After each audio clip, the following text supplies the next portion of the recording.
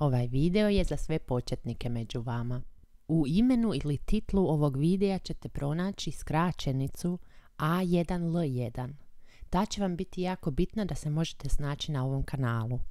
A1 znači naravno nivo njemačkog jezika A1, a L1 L stoji za lekciju. Poslije objave ovog videa ćemo objaviti vježbu za ovu lekciju. Tu vježbu ćete naći na ovom kanalu u playlisti vježbe. Taj video će imati skraćenicu V A1 L1. 1 do 2 dana poslije objave vježba ćemo objaviti rješenje. U opis svakog videa ćemo vam staviti sve linkove. Ok, dosta o tome. Ako ste tek krenuli učiti njemački jezik, onda ćete u ovom videu naučiti prve osnove.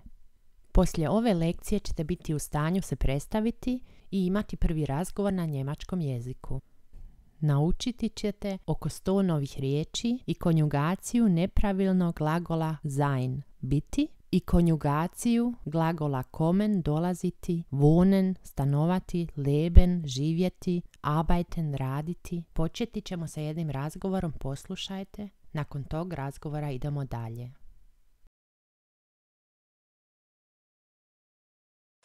Hallo. Hallo. Guten Tag.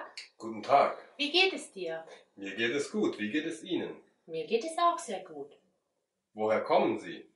Ich komme aus München und woher kommst du? Ich komme aus Hamburg. Wohnst du in Hamburg? Ja, ich wohne in Hamburg. Wie alt bist du? Ich bin 30 Jahre alt. Und wie alt sind Sie? Was glaubst du, wie alt ich bin? Ich glaube, Sie sind 20 Jahre alt. Nein, ich bin viel älter. Oh, so alt sehen Sie gar nicht aus. Dankeschön. Bitteschön. Ako još niste sve razumjeli, nije strašno. Nakon ove lekcije će vam biti sve jasno. Krećemo sa početkom svakog razgovora. Die Begrüßung. Šta imamo za izbor? Halo, naše halo naravno sa jednim L.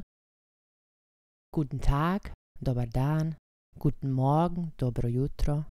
Guten Abend, dobra večer. Guten Tag možete koristiti cijeli dan. Nije bitno da li je jutro ili večer ili popodne. Ako želite biti formalni, onda uz Guten Tag, Guten Morgen i Guten Abend koristite još Herr i Frau. Herr za gospodina, a Frau za gospođu. Znači, Guten Morgen, Herr Müller. Guten Abend, Frau Schneider. Ovisno o tome gdje se nalazite, u kojem dijelu Njemačke ili u Švicarskoj ili u Austriji, postoje posebne riječi za Guten Tag. U sjevernoj Njemačkoj, pogotovo u okolici Hamburga, se za Guten Tag kaže Moin ili Moin Moin. U Bayernu i u Austriji se za Guten Tag može i reći Grüß Gott. U čitavoj južnoj Njemačkoj i u Austriji se može reći Servus, Servus. U Švicarskoj se kaže Grüezi, Grüezi miteinander. U neformalnom, znači razgovornom jeziku, imate puno više mogućnosti. Postoje puno više riječi. Ako sretnete nekog prijatelja ili radnog kolegu, možete reći hej, hej ho, haj ili hu hu. Hej, hej ho, haj. To je kao naš ej. Također i od halo postoje različite varijante, na primjer hallöle, hallöchen, hallihallo. Od Guten Tag možete skraćeno reći samo tag ili tah ili tachchen, tachchen, tachchen. Na du, na ihr je slično našem šta ima, šta se radi ili kako si. Mahlzeit se većinom koristi u podne. Na primjer, ako ste na poslu, imate pauzu i svi idu kao jauzinu jest, onda kažete Mahlzeit. Die Mahlzeit je jelo normalno, ali u ovom slučaju se koristi kao dobar dan. I naravno Servus. Servus se neformalno može koristiti u cijeloj Njemačkoj. Ali najbitnije za početak je da znate šta je Guten Tag, Guten Morgen i Guten Abend. Ok, toliko o tome. Sich vorstellen je predstaviti se. Jemanden kennenlernen je nekoga upoznati. Jemanden kennenlernen. Kennenlernen. Šta je nam potrebno da se možemo predstaviti na njemačkom jeziku? Naravno, osobne zamjenice. Osobne zamjenice su na njemačkom die Personalpronomen. Die Personalpronomen. Ich, du, er, sie, es. Ich, du, er, sie, es. Ich, ja, du, ti, er, on, sie, ona, es, ono. Ok, to je još jednostavno. Ajmo sad dodati našim personalpronomen jedan od najbitnijih glagola u njemačkom jeziku, a to je glagol sein. Sein, biti. Konjugaciju tog glagola morate naučiti napamet jer nema pravila. Ok, počinjemo. Ich bin, du bist, er, sie, es ist. Ich bin, du bist, er, sie, es ist. Er ist, sie ist, es ist. Osobne zamjenice u množini. Wir, mi, ihr, vi. I sie je oni ili formalno vi. Formalno vi se u njemačkom piše sa velikim s. Znači oni, sie sa malim s, a vi je sie sa velikim s. I sad dodatno sa našim glagolom sein. Wir sind, ihr seid, sie sind. Wir sind, mi smo. Ihr seid, vi ste. Sie sind sa malim s je oni su. A sie sind sa velikim s je vi ste.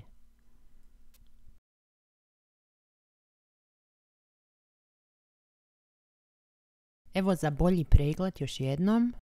Glagol sein i njegova konjugacija. Ich bin, du bist, er, sie, es ist, wir sind, ihr seid, sie sind. Konjugaciju ovog glagola morate naučiti napamet, ali malo olakšanje je da kod wir i kod sie dolazi sind. Sad možemo složiti već prvu rečenicu. Die ersten Sätze.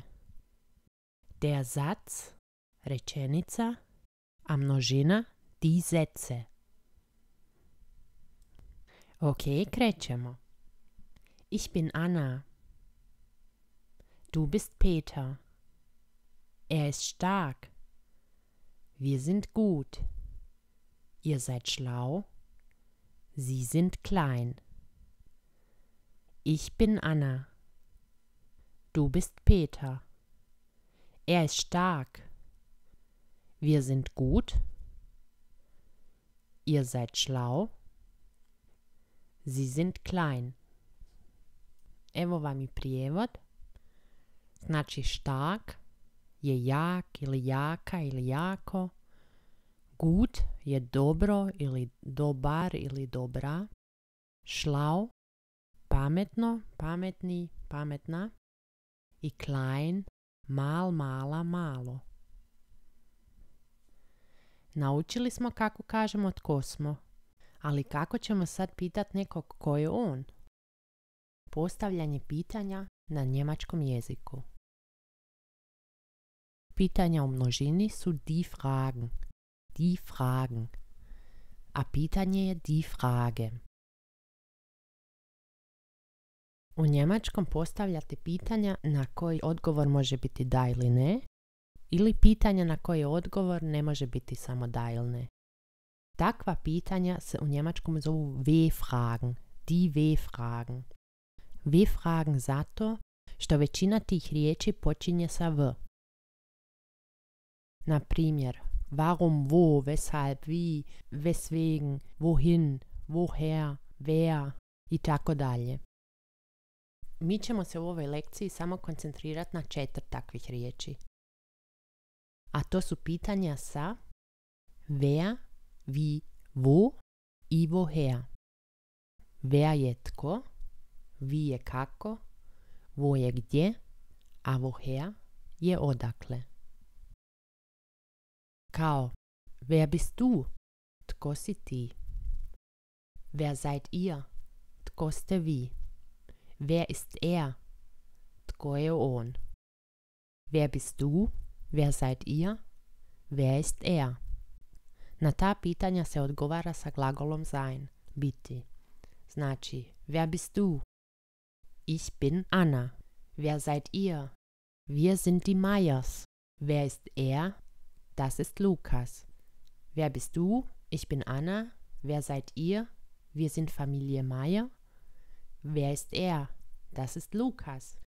Ako želite nekoga pitati kako je, pitate sa wie. Wie geht es dir?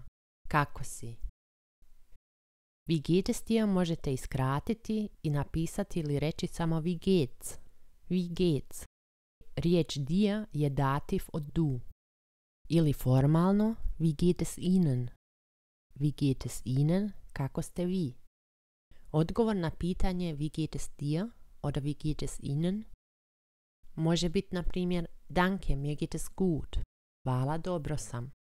Ili danke, mir geht es nicht so gut. Nisam dobro. Evo još par. Wie geht es dir? Danke, mir geht es sehr gut. Und wie geht es dir? Mir geht es nicht so gut. Ich habe Kopfschmerzen. Oh je, das tut mir leid. Und wie geht es deinem Bruder? Ihm geht es gut. Er hat einen neuen Job. U prijevodu. Wie geht es dir? Kako si? Danke, mir geht es sehr gut. Hvala, jako dobro sam. Und wie geht es dir? A kako si ti? Ili, und wie geht es dir? A kako si ti?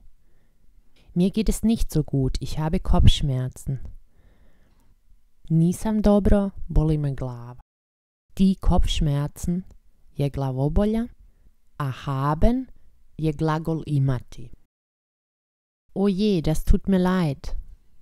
A joj, žao mi je. Und wie geht es deinem Bruder? A kako je tvoj brat? Der Bruder je brat.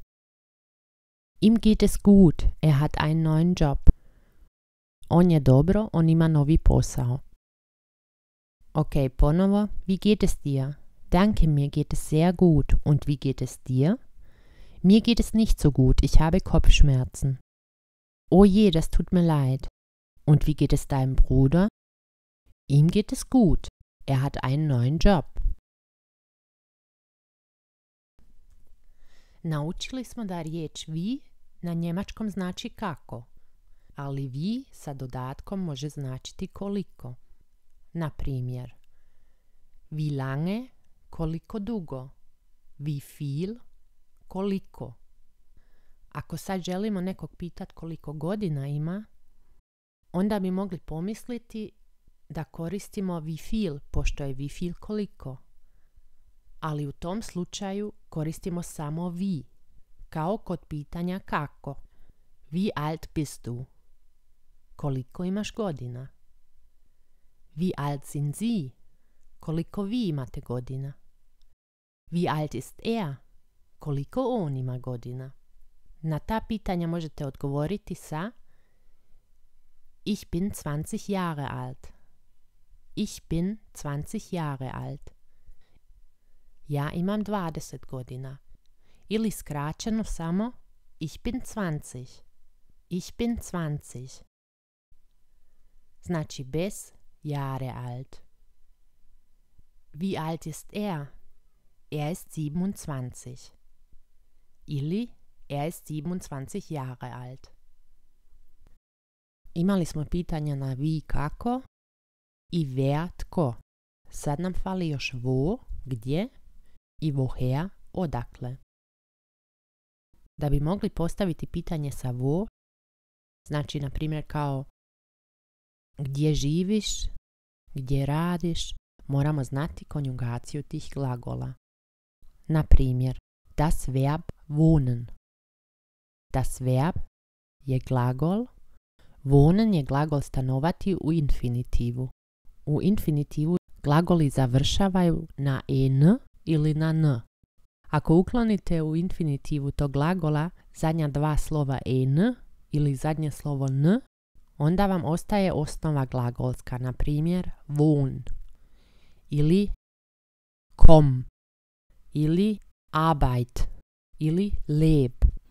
Većina glagola dobiva sljedeće nastavke. Znači ako uzmete tu osnovu od glagola i dodate joj e, st, t, n, t, n.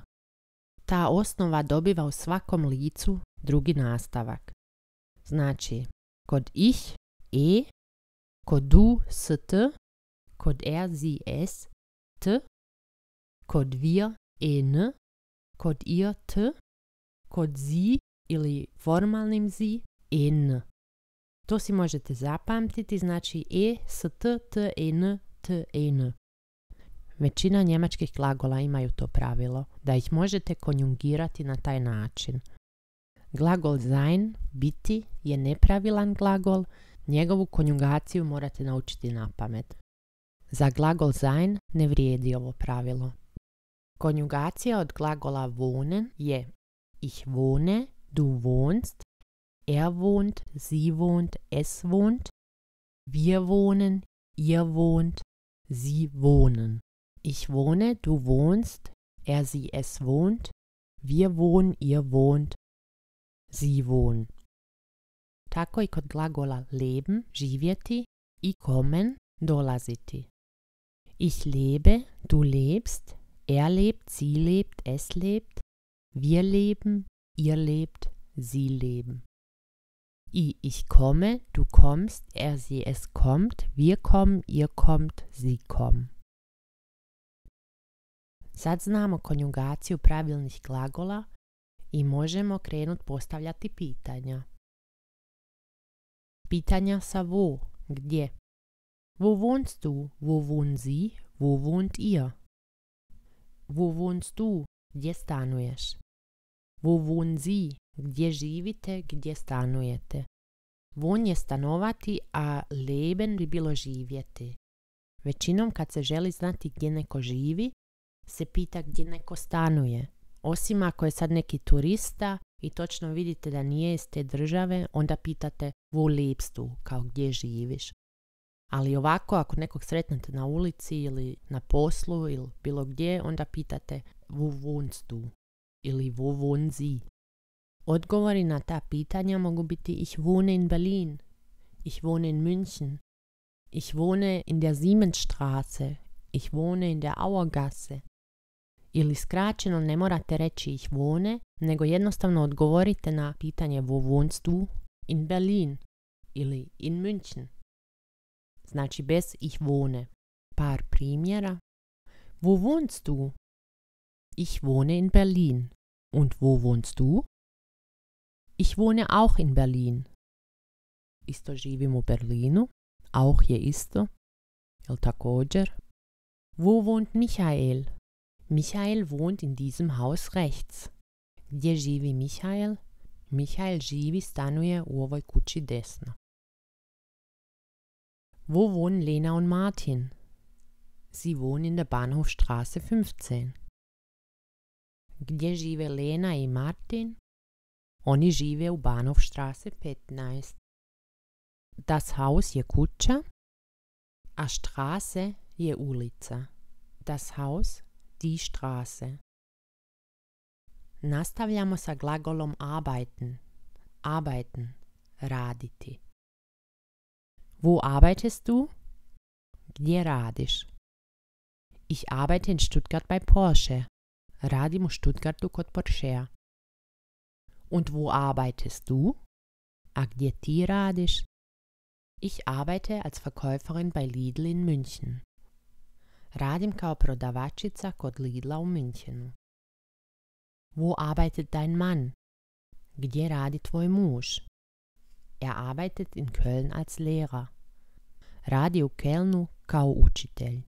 Da pogledamo vokabular, die Verkäuferin je prodavačica, a Lehrer, der Lehrer je učitelj. Ili die Lehrerin je učiteljica. Der Lehrer, die Lehrerin. Imali smo pitanja wie, wer i wo. Sad nam fali samo još woher. Ako želite nekoga pitati odakle je, odnosno na odakle je porijeklom, koristite glagol kommen, dolaziti. Woher kommst du? Odakle si porijeklom? Ich komme aus Italien. Und woher kommst du? Ja sam iz Italije, a odakle si ti? Ich komme aus Frankreich, aber ich lebe in Deutschland. Ja sam iz Francuske, ali živim u Njemačkoj. Woher kommt deine Freundin? Odakle ti je prijateljica? Sie kommt aus der Schweiz. Ona je iz Švicarske. Ponovo, woher kommst du? Ich komme aus Italien. Und woher kommst du? Ich komme aus Frankreich, aber ich lebe in Deutschland.